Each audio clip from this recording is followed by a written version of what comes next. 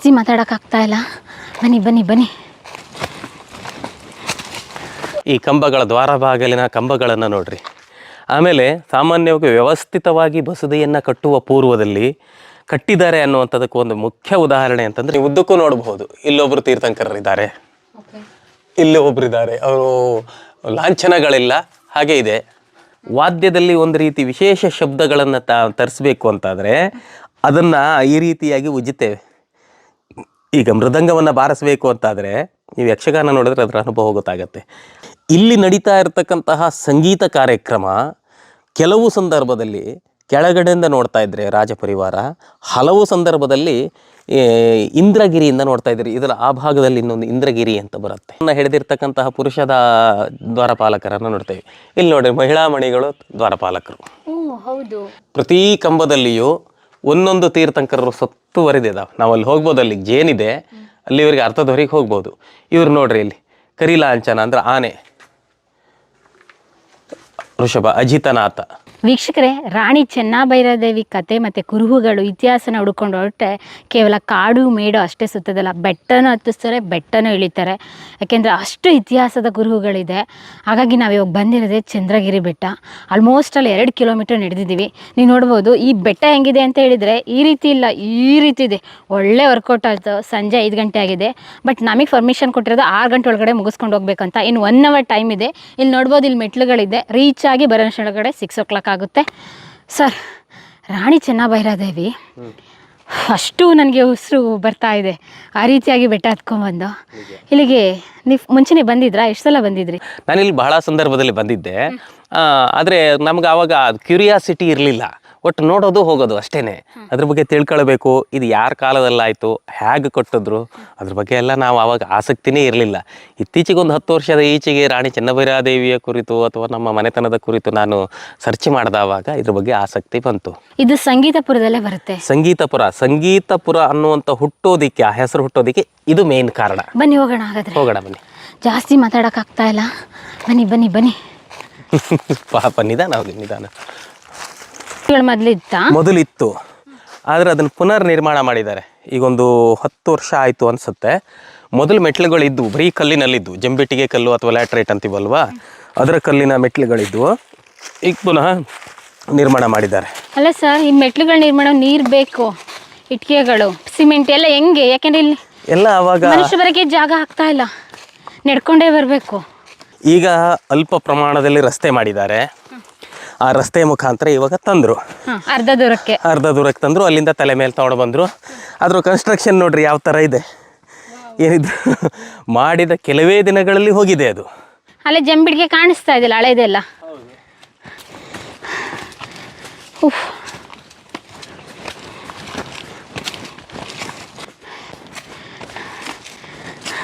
ಇದು ಸಹ ದೇವಾಲಯಕ್ಕೆ ಸಂಬಂಧಪಟ್ಟಿದ್ದೆ.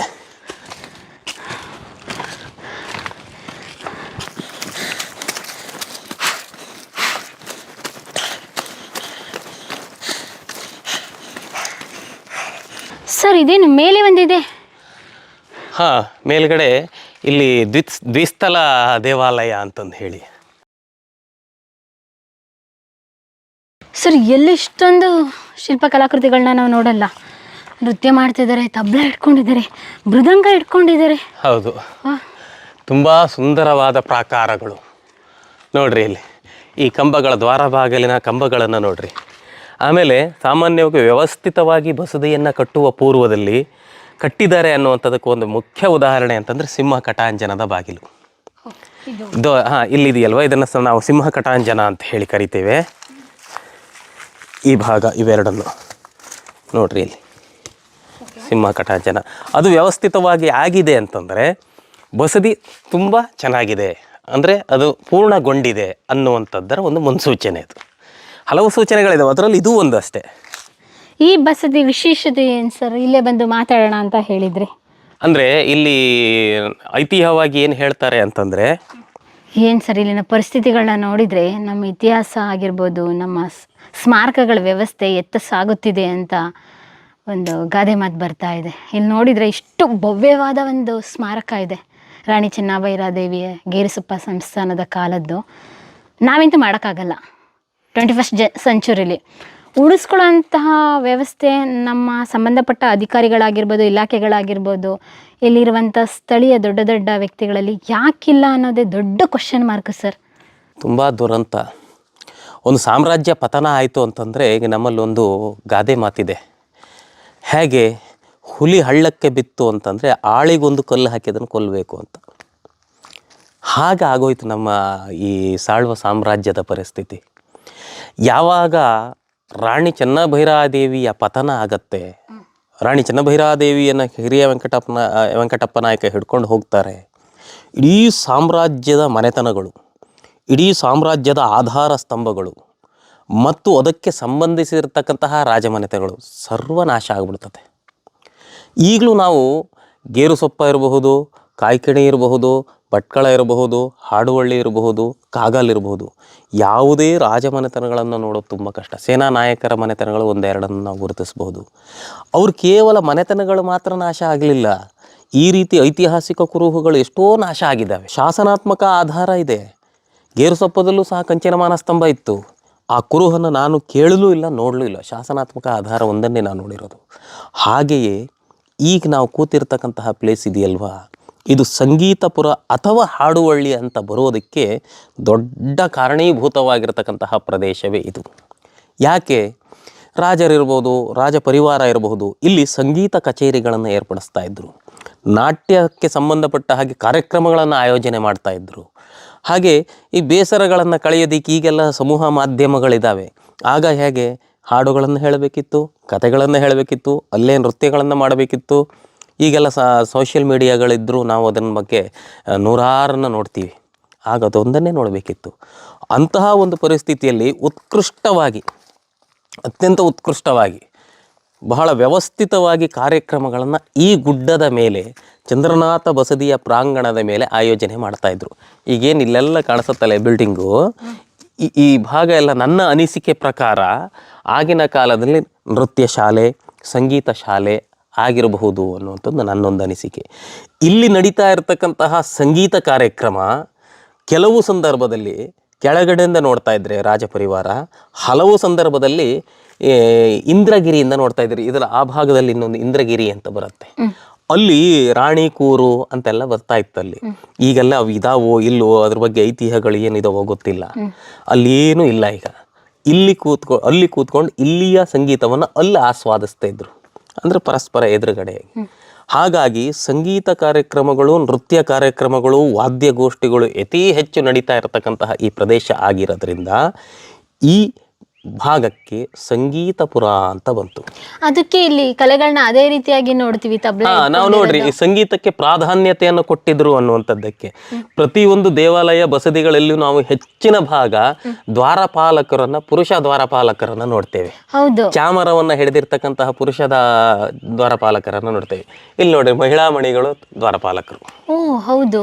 ಪ್ರಿಯ ವೀಕ್ಷಕರೇ, ನಾವು ತೋರಿಸುತ್ತಿರುವ ಇತಿಹಾಸದ ಕಥೆಗಳು ಕನ್ನಡದ ಕಲೆ, ಸಾಹಿತ್ಯ, ಸಂಸ್ಕೃತಿ, ಜನಜೀವನ, ಇತಿಹಾಸ ಸೃಷ್ಟಿಸಿದ ಜನಸಾಮಾನ್ಯರ ಅಸಾಮಾನ್ಯ ಕಥೆಗಳು ನಿಮಗೆ ಇಷ್ಟ ಆಗಿದ್ಯಾ? ಹಾಗಿದ್ರೆ ವಿಡಿಯೋ ನೋಡಿ ಸುಮ್ಮನಾಗ್ಬೇಡಿ, ಶೇರ್ ಮಾಡಿ, ಸಪೋರ್ಟ್ ಮಾಡಿ, ನಮ್ಮೊಂದಿಗೆ ಜೊತೆಯಾಗಿ. ಇದು ನೀವೇ ಬೆಳೆಸಿದ ನಿಮ್ಮ ನೆಚ್ಚಿನ ಡಿಜಿಟಲ್ ಮಾಧ್ಯಮ. ಇನ್ಮುಂದೆ ನಿಮಗಾಗಿ ಇನ್ನಷ್ಟು ವಿನೂತನ ಶೈಲಿಯಲ್ಲಿ ಬರಲಿದೆ. ನೈತಿಕ ಬೆಂಬಲದ ಜೊತೆಗೆ ಆರ್ಥಿಕ ಬೆಂಬಲ ನೀಡಿ. ನಿಮ್ಮ ಬೆಂಬಲವೇ ನಮಗೆ ಪ್ರೇರಣೆ, ಸ್ಫೂರ್ತಿ ಕೂಡ. ನಿಮ್ಮ ಬೆಂಬಲದೊಂದಿಗೆ ನಮ್ಮ ಪಯಣ ಮುಂದುವರಿಯುತ್ತಿದೆ. ಸಾಮಾಜಿಕ ಬದಲಾವಣೆಗೆ ಜೊತೆಯಾಗಿ ನಮ್ಮ ಮುಂದಿನ ಪೀಳಿಗೆಗೆ ಕರ್ನಾಟಕದ ಇತಿಹಾಸ ಉಳಿಸೋಣ. ಆಮೇಲೆ ಅದರ ಅಕ್ಕ ಮತ್ತು ಪಕ್ಕ, ಆ ಕಡೆ ಮತ್ತು ಈ ಕಡೆ ಸಂಗೀತಕ್ಕೆ, ವಾದ್ಯಗೋಷ್ಠಿಗೆ ಸಂಬಂಧಪಟ್ಟಿರ್ತಕ್ಕಂತಹ ವಿಗ್ರಹಗಳನ್ನು ಕೆತ್ತಿದ್ದಾರೆ. ಅದರ ಅರ್ಥ ಏನು ಅಂತಂದ್ರೆ ಸಂಗೀತಕ್ಕೆ ಹೆಚ್ಚಿನ ಆದ್ಯತೆ ಈ ಭಾಗದಲ್ಲಿ ಕೊಟ್ಟಿದ್ರು ಅನ್ನುವಂಥದ್ದು. ಮತ್ತು ನಮಗೆ ಆಶ್ಚರ್ಯ, ಆ ಗುಡ್ಡವನ್ನು 2 ಕಿಲೋಮೀಟರ್ ಹತ್ಕೊಂಡು ಬರಬೇಕಾದ್ರೆ ನಮಗೆ ಸಾಮಾನ್ಯವಾಗಿ ಹತ್ಕೊಂಡು ಬರೋದಕ್ಕೆ ಕಷ್ಟ ಆಯಿತು. 600 ವರ್ಷಗಳ ಹಿಂದೆ ಇಂತಹ ಬೃಹದಾಕಾರದ ಗಜಗಾತ್ರದ ಕಲ್ಲು ಬಂಡೆಗಳನ್ನು ಹೇಗೆ ತಂದರು, ಹೇಗೆ ನಿರ್ಮಾಣ ಮಾಡಿದ್ರು, ನಾವು ಊಹೆ ಮಾಡಿದ್ರೆ ಇದು ಅಧೋಗತಿಯಾಗಿದೆಯಲ್ವ. ಕಣ್ಣಲ್ಲಿ ಒಂದೊಂದು ಸಾರಿ ನೀರು ಬರುತ್ತೆ ನಮಗೆ. ನಾವು ಹೊಸದಾಗಿ ಏನನ್ನು ಕಟ್ಟಲಿಕ್ಕಾಗೋದಿಲ್ಲ. ಕನಿಷ್ಠ ಪಕ್ಷ ಹಿಂದಿನ ನಮ್ಮ ಪೂರ್ವಜರು ಕಟ್ಟಿರ್ತಕ್ಕಂತಹ ಈ ಎಲ್ಲ ಐತಿಹಾಸಿಕ ಸ್ಮಾರಕಗಳನ್ನ ಉಳಿಸ್ಕೊಳ್ಬೇಕು, ಅಷ್ಟಾದರೂ ನಮ್ಮ ಹತ್ರ ಆಗಬೇಕಿತ್ತು ಅನ್ನುವಂಥದ್ದು ನನ್ನ ಭಾವನೆ. ಆದರೆ ನನ್ನ ಒಬ್ಬನ ಧ್ವನಿ ಎಷ್ಟು ಜನಕ್ಕೆ ಸೇರತ್ತೋ ಗೊತ್ತಿಲ್ಲ. ನಮ್ಮ ಭಾವನೆನೋ ಅದೇ ಸರ್. ತುಂಬ ಒಳ್ಳೆಯದು, ಆ ಭಾವನೆಯಿಂದಲೇ ನೀವು ಬಂದಿದ್ದೀರಿ, ನಂಗೆ ತುಂಬ ಖುಷಿ ಆಗ್ತಾ ಇದೆ. ಆದರೆ ಇಲ್ಲಿ ಬಂದು ನೋಡಿದವಾಗ ತುಂಬ ಬೇಸರ ಆಗತ್ತೆ. ಯಾರ ಕಾಲಘಟ್ಟದಲ್ಲಿ ಆಗಿದ್ದು ಸರ್? ಇದು ಮೊದಲನೇ ಸಂಗೀರಾಯನ ಕಾಲದಲ್ಲಿ ಆಗಿರೋದು. ಆದರೆ ಪೂರ್ಣ ಪ್ರಮಾಣದಲ್ಲಿ ಪೂರ್ಣಗೊಂಡಿರೋದು ಎರಡನೇ ಸಂಗೀರಾಯ, ಅಂದರೆ 1456ರಿಂದ ಅವನು ಆಳ್ವಿಕೆ ಮಾಡ್ತಾನೆ. ಆತನ ಕಾಲಘಟ್ಟದಲ್ಲಿ ಇದು ಪುನರ್ ನಿರ್ಮಾಣ ಆಗುತ್ತೆ. ಸುತ್ತಮುತ್ತ ಮನೆಗಳಿದ್ವಾ ಅವಾಗ? ಆಗಿನ ಕಾಲದಲ್ಲಿ ಕೆಳಭಾಗದಲ್ಲಿ, ಗುಡ್ಡದ ಕೆಳಭಾಗದಲ್ಲಿ ಅಲ್ಲಲ್ಲಿ ಕುರುಹುಗಳನ್ನು ನಾವು ನೋಡಬಹುದು. ಈ ಗುಡ್ಡದ ಇಳಿಜಾರಿನಲ್ಲಿ ಕುರುಹುಗಳನ್ನು ನೋಡಬಹುದು. ಆ ಪ್ರಕಾರ ಇದ್ದು ಅನ್ನುವಂಥದ್ದಕ್ಕೆ ಉದಾಹರಣೆ ಸಿಗುತ್ತೆ. ತೀರ್ಥಂಕರರು ಇಟ್ಟಿದ್ರ ಇಲ್ಲಿ ಚಂದ್ರನಾಥ ಸ್ವಾಮಿ ತೀರ್ಥಂಕರರು ಮತ್ತೆ ಹೇಳ್ತಾರೆ 24 ತೀರ್ಥಂಕರರು ಸಹ ಇಲ್ಲಿದ್ರು ಅಂತಂದು ಹೇಳಿ. ಅದಲ್ಲದೆ ಇಲ್ಲಿ ಆದರೆ ಯಾವುದೇ ವಿಗ್ರಹಗಳು ಇವತ್ತಿಲ್ಲ, ಯಾವ ವಿಗ್ರಹಗಳು ಇಲ್ಲ, ಖಾಲಿ ಬಿದ್ದಿರುವ ಬಸದಿಯಾಗಿದೆ ಇದು. ಯಾರು ತಗೊಂಡು ಹೋಗ್ತಾರೆ ಈ ತರ ಎಲ್ಲ? ತುಂಬ ಬೇಸರದ ಸಂಗತಿ. ಇದನ್ನು ನೆನೆಸ್ಕೊಂಡ್ರೆ ಈಗ ಇರ್ತಕ್ಕಂತಹ ಒಂದು ಕಲ್ಲನ್ನು ನಾವು ಮಾಡಬೇಕು ಅಂದರೆ ಸಾಧ್ಯ ಇದೆಯಾ? ಈಗ ಖಂಡಿತ ಈಗಿನ ಕಾಲದಲ್ಲೂ ಸಾಧ್ಯ ಇಲ್ಲ. ಇಂತಹದ್ದನ್ನು ನಾವು ಹಾಳೆ ಕಿಡಿಗಟ್ಟಿದ್ವಿ ಅಂತಂದರೆ ನಮ್ಮಂಥ ಮೂರ್ಖರು ಇನ್ನೆಲ್ಲಿ ಸಿಗ್ತಾರೆ ಪ್ರಪಂಚದಲ್ಲಿ? ಹೌದು, ಖಂಡಿತ ಸರ್. ಅದ್ರ ಜೊತೆಗೆ ಇಲ್ಲಿ ಸಂಗೀತ ಶಾಲೆ, ನಾಟ್ಯಕ್ಕೂ ಆದ್ಯತೆ. ಹೌದು, ನಾಟ್ಯಕ್ಕೂ ಆದ್ಯತೆ ಇತ್ತು. ಸಾಂಸ್ಕೃತಿಕ ಚಟುವಟಿಕೆ ಅಂತಾನೆ ಅಂದ್ಕೊಳ್ಳೋಣ ನಾವು. ಸಂಗೀತ ಅಂತಂದ್ರೆ ಕೇವಲ ಹಾಡು ಮಾತ್ರ ಅಲ್ಲ, ಸಾಂಸ್ಕೃತಿಕ ಚಟುವಟಿಕೆ. ಮತ್ತು ನಾವು ಇನ್ನೊಂದು ನೆನ್ಪಿಟ್ಕೊಳ್ಬೇಕು, ಈ ವಾರ್ಷಿಕ ಉತ್ಸವದಲ್ಲಿ ಸಂಗೀತ ಸ್ಪರ್ಧೆಗಳು ಏರ್ಪಡ್ತಾ ಇದ್ದು. ಕಾಂಪಿಟೇಷನ್. ಹೌದು ಹೌದು. ಉದಾಹರಣೆ ಹೇಳ್ತೀನಿ ನಿಮಗೆ. ಗೇರುಸೊಪ್ಪದ ಹತ್ರ ಹಾಡುಗರ ಹಳ್ಳಿ ಅಂತಿದೆ. ಇದು ಸಂಗೀತಪುರ. ಅಲ್ಲಿಯ ಈಗ ದಾಯಾದಿ ಮಾತ್ಸರ್ಯಗಳು ಬರೋದಕ್ಕೆ ಇದು ಸಹ ಒಂದು ಕಾರಣ ಆಗಿರುತ್ತೆ. ಸಂಗೀತ ಕಚೇರಿಗಳನ್ನು ಏರ್ಪಡಿಸಿದವಾಗ ಅಲ್ಲಿ ಇರ್ತಕ್ಕಂತಹ ಜಡ್ಜಿಗಳು ಅಥವಾ ತೀರ್ಪುಕಾರರು ಚೆನ್ನಾಗಿ ಹಾಡಿದವರಿಗೆ ಕೊಡ್ತಾರೆ. ಆವಾಗ ಅಲ್ಲಿರ್ತಕ್ಕಂಥ ಹಾಡುಗರ ಹಳ್ಳಿ ಅಂತಾರೆ, ಹಾಡು ಹೇಳುವವರ ಹಳ್ಳಿ ಅದು. ಅದೀಗ ಹಾಡುಗೇರಿಯಾಗಿದೆ. ಅಲ್ಲಿರ್ತಕ್ಕಂಥವರು ಈ ಸಂಗೀತಪುರದವರು ಪರಸ್ಪರ ಈ ಸಂಗೀತ ಕಾರ್ಯಕ್ರಮವನ್ನು ಏರ್ಪಡಿಸಿದವಾಗ ಒಂದು ಸಾರಿ ಒಬ್ರು ಗೆಲ್ತಾರೆ, ಒಂದು ಸಾರಿ ಒಬ್ರು ಸೋಲ್ತಾರೆ. ಸೋತಿರೋರು ಗೆದ್ದವ್ರ ಮೇಲೆ ಮಸಲತ್ತನ್ನು ಮಾಡ್ತಾರೆ. ಅದು ಸರ್ವೇ ಸಾಧಾರಣ. ಅದೂ ಸಹ ಕೆಲವು ಸಂದರ್ಭದಲ್ಲಿ ಸ್ಟ್ರಗಲ್ಲಿಗೆ ಕಾರಣ ಆಗುತ್ತೆ. ಯಾಕಂದ್ರೆ ದಾಯಾದಿ ಮಾತ್ಸರ್ಯ, ಸಣ್ಣದಕ್ಕೂ ಜಗಳ ಬರುತ್ತೆ. ಯಾಕಂದ್ರೆ ಒಂದೇ ರಕ್ತ, ಒಂದೇ ರೀತಿಯಾಗಿರ್ತಕ್ಕಂತಹ ಧರ್ಮ, ಒಂದೇ ರೀತಿಯಾಗಿರ್ತಕ್ಕಂತಹ ಸಂಸ್ಕೃತಿ. ಹಾಗಿದ್ದಾವಾಗ ಸಣ್ಣದು ಒಂದು ಘಟನಾವಳಿಗಳು ನಡೀತು ಅಂದ್ರೆ ಒಬ್ಬರು ವಿರುದ್ಧ ಒಬ್ಬರು ತಿರುಗಿ ಬೀಳ್ತಾ ಇದ್ರು. ಹಾಗಾಗಿ ಸಂಗೀತ ಕಚೇರಿಗಳಿಗೆ ಈ ಗೇರುಸೊಪ್ಪ ಸಾಮ್ರಾಜ್ಯ ದೊಡ್ಡ ಪ್ರಮಾಣದ ಒಂದು ಉದಾಹರಣೆಯನ್ನು ಕೊಟ್ಟಿದ್ದಾರೆ. ಇಲ್ಲಿ ರಾಣಿ ಚೆನ್ನಭೈರಾದೇವಿ ಕಾಲಘಟ್ಟದಲ್ಲಿ ಇಲ್ಲ ಅನೇಕ ಕಾರ್ಯಕ್ರಮಗಳು ತುಂಬಾ ನಡೆದಿದ್ದಾವೆ. ರಾಣಿ ಚೆನ್ನಭೈರಾದೇವಿ ಕಾಲಘಟ್ಟದಲ್ಲಿಯೇ ಸಂಗೀತ ಕಾರ್ಯಕ್ರಮಗಳು ನಡೆದಿರುವಂತಹ ಉದಾಹರಣೆ ಇದೆ. ರಾಣಿ ಚೆನ್ನಭೈರಾದೇವಿ ಪ್ರಾರಂಭದಲ್ಲಿ 1549ರಲ್ಲಿ ಇಲ್ಲೇ ಪಟ್ಟಕ್ಕೆ ಏರಿದ್ರು. ಕೊನೆಯದಾಗಿ ತನ್ನ ಪ್ರಸಿದ್ಧತೆಯನ್ನು ಪಡೆದಿರ್ತಕ್ಕಂತಹದ್ದು ಹಾಗೂ ನೆಲೆಗೊಂಡಿರೋದು ಗೇರುಸೊಪ್ಪೆಯಲ್ಲಿ. ಹಾಗಾಗಿ ರಾಣಿ ಚೆನ್ನಭೈರಾದೇವಿಯೇ ಇದು ಮೂಲ ನೆಲೆಯಾಗಿದ್ದು, ಅದು ತನ್ನ ತವರು ಮನೆ ಅಂತ ಕರೀತಾರೆ. ತವರು ಮನೆಯನ್ನು ಯಾವುದೇ ಕಾರಣಕ್ಕೂ ಯಾವ ಹೆಣ್ಣನ್ನು ಬಿಟ್ಕೊಡೋದಿಲ್ಲ. ಹಾಗಾಗಿ ಈ ಪ್ರದೇಶವನ್ನು ತುಂಬ ಚೆನ್ನಾಗಿ ನೋಡ್ಕೊಂಡಿದ್ಲು ಅವಳು. ಈ ಪ್ರದೇಶ ಅನ್ನುವಂಥದ್ದು ಒಂದಂತಲ್ಲ, ಅವಳ ಆಳ್ವಿಕೆಯ ಕಾಲದಲ್ಲಿ ಸಂಪೂರ್ಣ ಗೇರುಸೊಪ್ಪ ಸಾಮ್ರಾಜ್ಯ ಇದೆಯಲ್ಲ ಸಮೃದ್ಧತೆಯಿಂದ ಕೂಡಿತ್ತು. ಹಾಗಾಗಿ ಅದನ್ನು ಕ್ಷೇಮಪುರ ಅಂತ ಕರೆದ್ರು. ಎಲ್ಲ ದೃಷ್ಟಿಯಿಂದಲೂ, ಹಣಕಾಸು ಇರಬಹುದು, ಜೀವನ ಶೈಲಿ ಇರಬಹುದು, ಆಹಾರ ಪದ್ಧತಿ ಇರಬಹುದು, ಸಾಂಸ್ಕೃತಿಕತೆ ಇರಬಹುದು, ಎಲ್ಲದರಲ್ಲೂ ವಿಶೇಷವಾಗಿದ್ದಿರೋದ್ರಿಂದ ಗೇರುಸೊಪ್ಪ ಸಾಮ್ರಾಜ್ಯವನ್ನು ಕ್ಷೇಮಪುರ ಅಂತ ಕರೆದ್ರು. ಅದು ಚೆನ್ನಭೈರಾದೇವಿ ಕಾಲದಲ್ಲಿ. ಅದಕ್ಕೂ ಮೊದಲು ಕ್ಷೇಮಪುರ ಅಂತ ಇರಲಿಲ್ಲ. ಅಷ್ಟು ಸಮೃದ್ಧತೆಯಿಂದ ಇತ್ತು.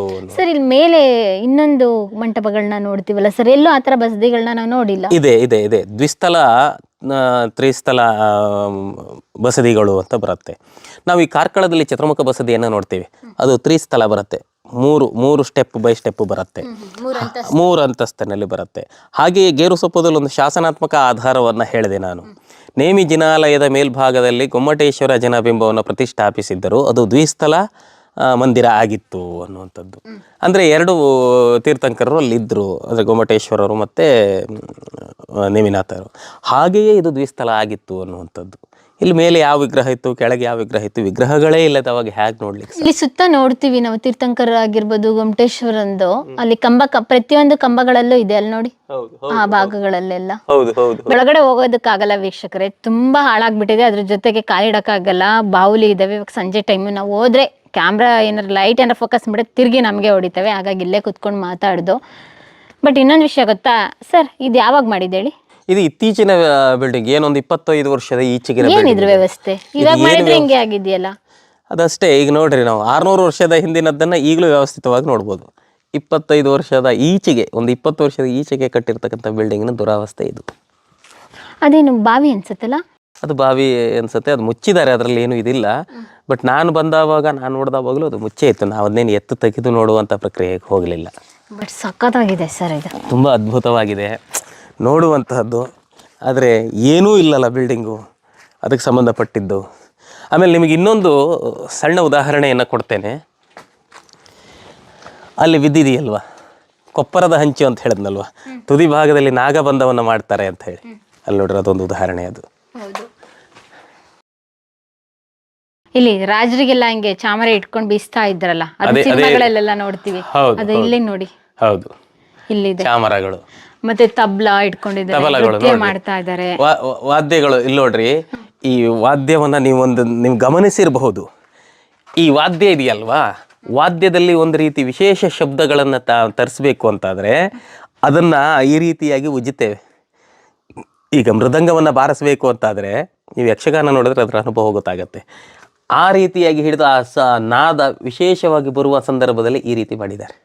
ಇಲ್ಲಿ ನೋಡ್ರಿ, ಇಲ್ಲಿ ಕೈಯಲ್ಲಿ ಒಂದು ರೀತಿಯಾಗಿರ್ತ ಕೊಕ್ಕೆ ಆಕೃತಿಯಲ್ಲಿ ಇರ್ತಕ್ಕಂಥ ಕಟ್ಟಿಗೆ, ಇದನ್ನು ಗಟ್ಟಿಯಾಗಿ ಹಿಡಿದುಕೊಂಡು ಇದು ಅಲ್ಲಾಡಬಾರದು ಹೇಳಿ ಇಲ್ಲಿ ಶಬ್ದಗಳನ್ನು ಮಾಡ್ತಾಳೆ. ಹೇಗೆ ಅದಿರುವಂಥದ್ದು. ಇಲ್ಲಿ ನೋಡಿ, ತೀರ್ಥಂಕರರು ಅಥವಾ ಬಾಹುಬಲಿನ, ಇವರು ಪಾರ್ಶ್ವನಾಥ ತೀರ್ಥಂಕರರು. ಓ ಹೌದು ಹೌದು.